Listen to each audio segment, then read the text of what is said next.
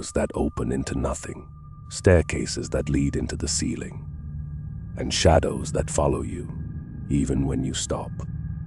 The Winchester Mystery House begins with silence so heavy, it feels alive, watching every visitor from behind its twisting walls and impossible hallways. A sprawling maze of rooms was built without any master plan, each corner hiding stairways that lead nowhere and doors that open into pure darkness. Sarah Winchester believed restless spirits haunted her family, driving her to build endlessly, hoping the growing maze would confuse whatever followed her. Visitors often feel watched in the front hall, as if unseen eyes move above the staircase, studying every step and breath they take. Famous door to nowhere opens onto a drop straight into emptiness, leaving guests frozen as a cold draft pushes from the void beyond.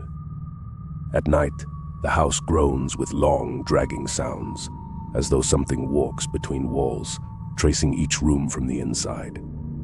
Some claim footsteps follow them across the upper floors, matching their pace, stopping only when they turn to confront the empty air. In the Séance Room, guests feel breath on their necks, warm and deliberate, though the room is sealed from any draft. Sarah ordered staircases built with bizarre angles, and many visitors report shadows climbing them, even when the stairs are empty. Some hallways end abruptly in solid walls, yet people hear faint knocking from the other side, like someone trapped behind the plaster. The second-floor hall is notorious for whispered voices that echo low and broken, as if speaking from another century altogether.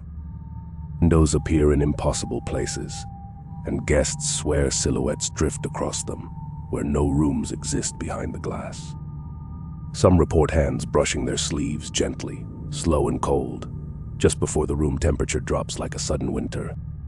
Sarah believed spirits guided her nightly, and some visitors say they feel someone tapping their shoulder in the same room she prayed in. Strange drafts move through sealed hallways, pushing with enough force to flicker lamps and send goosebumps rising instantly.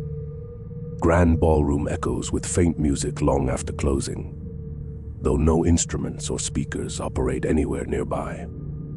Doors slam in distant rooms, never from the same direction twice, as if something roams the halls chasing its own echoes. Some visitors faint after seeing reflections in antique mirrors that don't match their own movements or expressions. Lights flicker in patterns, almost like coded signals, and guests sometimes feel compelled to follow the blinking deeper inside. Sarah's bedroom is unnervingly quiet, yet visitors feel someone pacing across the floor, circling the bed slowly.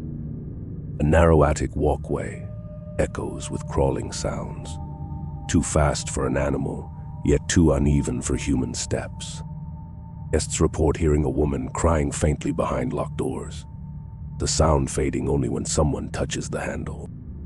The house's endless construction left rooms twisted, tilted, and uneven, making it hard to tell if something is behind you or above you. Visitors often sense hands pushing them away from certain doors, gentle at first, then firm enough to stop them cold.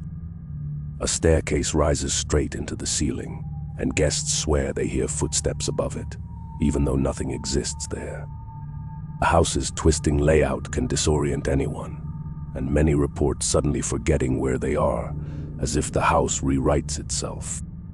Some visitors catch glimpses of pale figures drifting across doorways, turning their heads slowly before fading into the walls.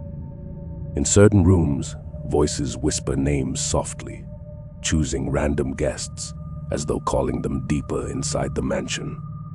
Floorboards creak in smooth patterns, like someone pacing endlessly in circles, tracing a path worn by decades of ghostly loops.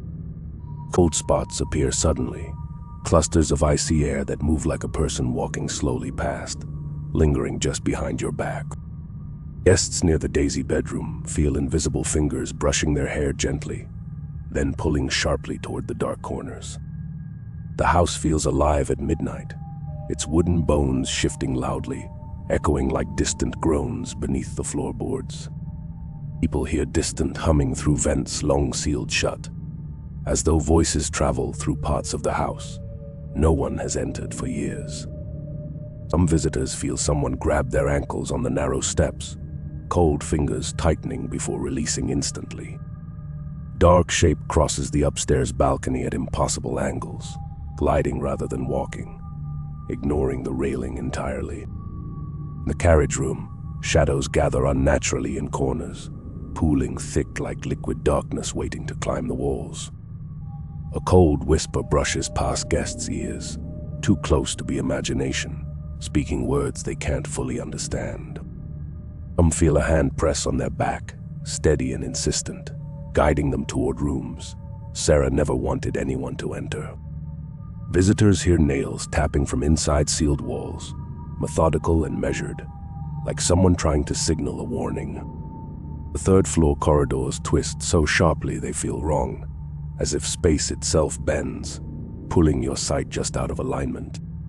Some guests see apparitions at the end of hallways, motionless figures staring, vanishing the moment anyone blinks. Old light fixtures sway, even without wind, moving as if something brushes past them while gliding unseen overhead. Narrow service tunnels, guests feel surrounded by footsteps closing in from both sides, though the tunnels stretch empty. Antique curtains breathe inward as if inhaling, pulling toward the windows with a slow, unnatural rhythm. Basement smells of old earth and something older, and visitors hear dragging sounds beneath the floor. Some see Sarah's figure wandering silently, her outline flickering between rooms like she's forever searching for something. Unseen fingers scratch faint lines onto dusty windows, forming symbols that vanish when touched. House sometimes exhales, gusts of stale air rushing from rooms that have been sealed for decades. People walking alone feel their clothes tugged gently, as if someone behind them wants attention, but stays unseen. Doorknobs rattle violently, yet no one stands on either side, leaving visitors frozen in place. Many claim to hear their names whispered from stairwells, soft and wrong, echoing the syllables with distorted emphasis. Footsteps race across the ceiling at night, too fast to belong to any living person, circling the room in frantic loops. Some guests feel the floor pulse beneath their feet, as if the house itself has a heartbeat buried deep inside. Locked windows rattle violently, as if something outside wants in, or something inside wants out. Chandeliers flicker in synchronized patterns, forming rhythms that feel deliberate, almost communicative. In the music room, visitors hear faint violin notes playing one broken chord over and over, always slightly off-key.